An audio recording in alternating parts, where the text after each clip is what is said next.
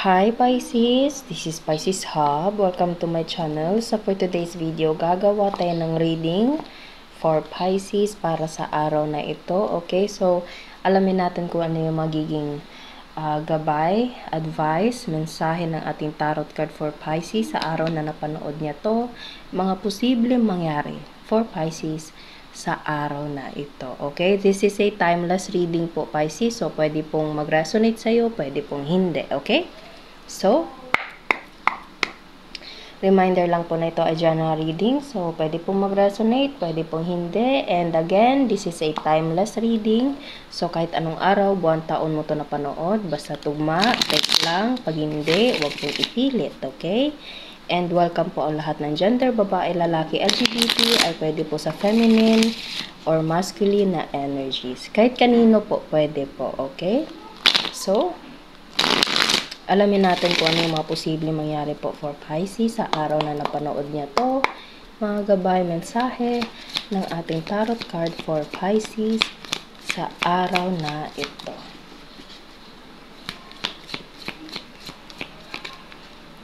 Okay.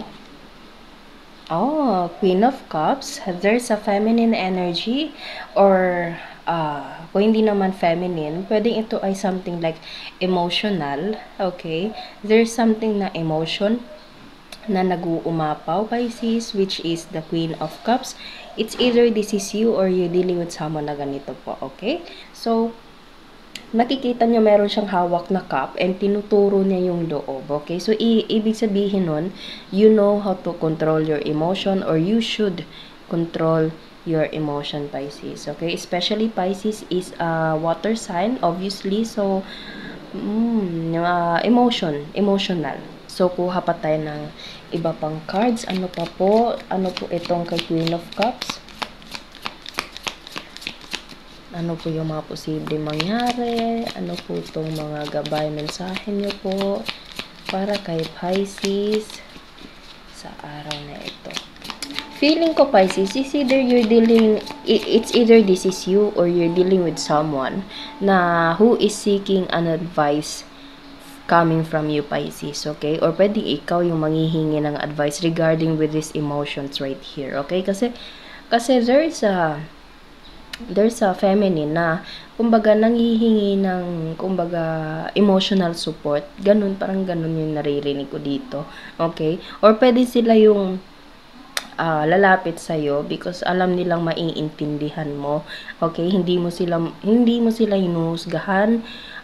Mararamdaman nila yung care mo. You know how to give some empathy sa ibang tao, Pisces, and gusto nila yon, okay? So, pwede pong ganon, okay? So, ano po ito? The Star.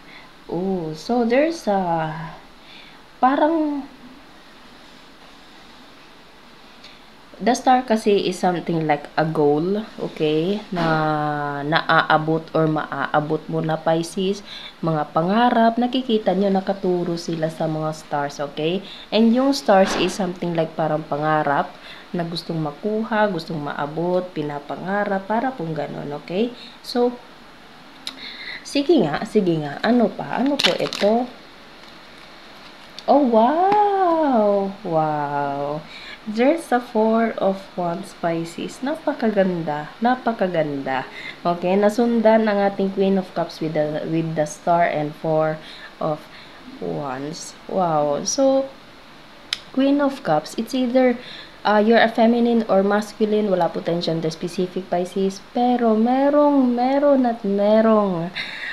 magbibigay kasiyahan sa'yo. Emotion is something like water cups. Water is emotion. So, there's something na emotion na mararamdaman mo, Pisces. Regarding about your dream, pwedeng nangangarap kang makasal, nangangarap kang magkaroon ng celebration, nangangarap kang makagraduate, nangangarap kang ganito, ganyan, maabot mo tong ganito, makapagtapos ka ng ganito, maikasal ka sa ganito, makatira ka sa ganito. Parang ganun yung pangarap mo, Pisces, ano? And Ayan, no? There's the star, pangarap, and the four of wands is a celebration card. It is also represent something as parang 11-11. So, ibig sabihin nun is something like manifestations, okay, celebrations, or kumbaga joyful events, Pisces. Okay, so napakaganda with this Queen of Cups right here. Lahat ng mga emotion mo is masaya, Pisces. Napakasaya. Ang ganda, ang ganda, ang ganda, ang ganda ng tatlong cards natin dito po. Okay? So, ano pa? Ano pa po yung mga posibleng mangyari? Oh, there's the Tower. Okay. So, kung gaano kaganda itong tatlong cards natin dito, na ano ng the Tower moment dito, okay?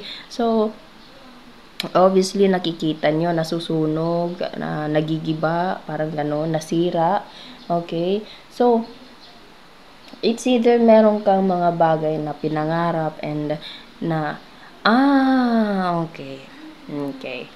So, it's either this is your situation, Pisces, or meron ka maririnig na sitwasyon na ganito coming from a person. As I said kanina, there's a feminine energy. It's either you or them, okay, na manghihingi ng advice regarding with the situation, okay? Or pwedeng ikaw to mismo, Pisces, okay? Meron kang pangarap. Actually, as I said kanina, napakaganda itong tatlong cards natin dito. And nasundan siya ng medyo hindi. Okay? So, the Tower is something like nasira, natigil, parang ganun po. Okay? So, kung ano man yung pinapangarap na ito is something like it's either hindi muna, there's a postponed na makuha, maabot mo ito, or merong lang a little bit of parang obstacle or struggles along the way regarding with this etong dalawang cards na nandito po. Okay? So, it's either you should know how to control your emotions, okay, sa mga nangyayari, Pisces. You should know how to handle your emotions sa mga nangyayari, especially a Pisces is a emotional sign, okay? So dapat alam mo kung paano i-handle yung sitwasyon and kontrolin yung emotion mo, Pisces, okay?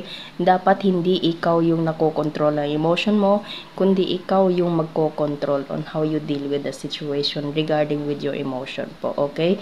Kasi minsan, sa sobrang emotional ng Pisces, hindi makokontrol yung mga sinasabi, yung mga nasasabi, yung mga decision na gagawa based on the reaction or emotion that time. Okay? So, pwedeng yun yung kailangan mong matutunan, Pisces, na dapat you should know how to control your emotion po. Or, you're dealing with a person, Pisces, na alam nilang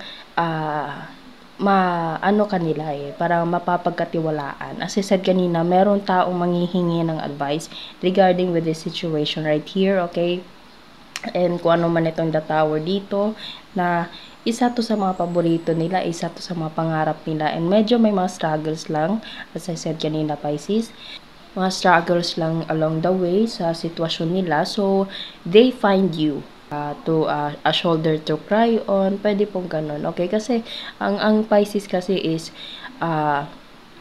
they are understanding sign, okay? So tayo yung alam ng mga tao na yung kasama nilang, especially Pisces, is mapapagkatiwalaan nila. So pwede meron ka mga tao, Pisces, and ikaw yung nasasabihan nila, okay, and they know how good advices you give to them, okay? So maganda yun, so you should listen to them kung ano man yung sitwasyon nila, Pisces. It's either sa kanila to or pwedeng sa'yo to, Pisces, okay? So take mo lang kung saan po mag-resonate. So may mga sitwasyon tayo dito, it's either sa'yo itong nangyayari na nandito or you're dealing with someone, pero as I said kanina, konektado lahat sila sa'yo, okay? So there's a goal, there's something na pangarap, may kasiyahan, okay? It's either this is a relationship, a partnership, a connection, or anything coming with this Queen of Cups right here, okay, na medyo meron lang pinagdadaanan ng a little bit, okay? So, they need an advice. It's either coming from you or ikaw yung manghihingi ng advice towards this person, okay? So, whatever it is, take nyo lang kung saan mag-resonate, Pisces. So, okay? So, kuha tayo ng mga initials, random words, kung sino or ano po yung mga konektado for Pisces sa araw na ito.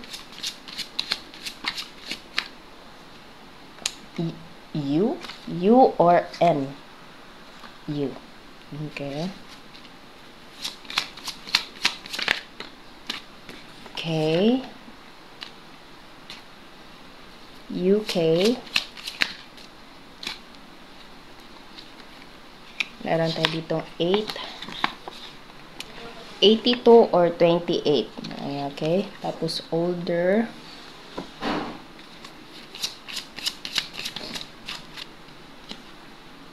Flower. Ano pa?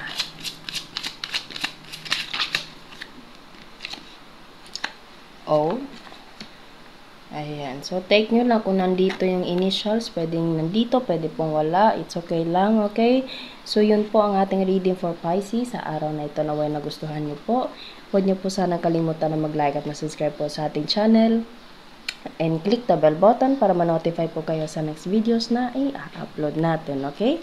So, thank you Pisces and God bless!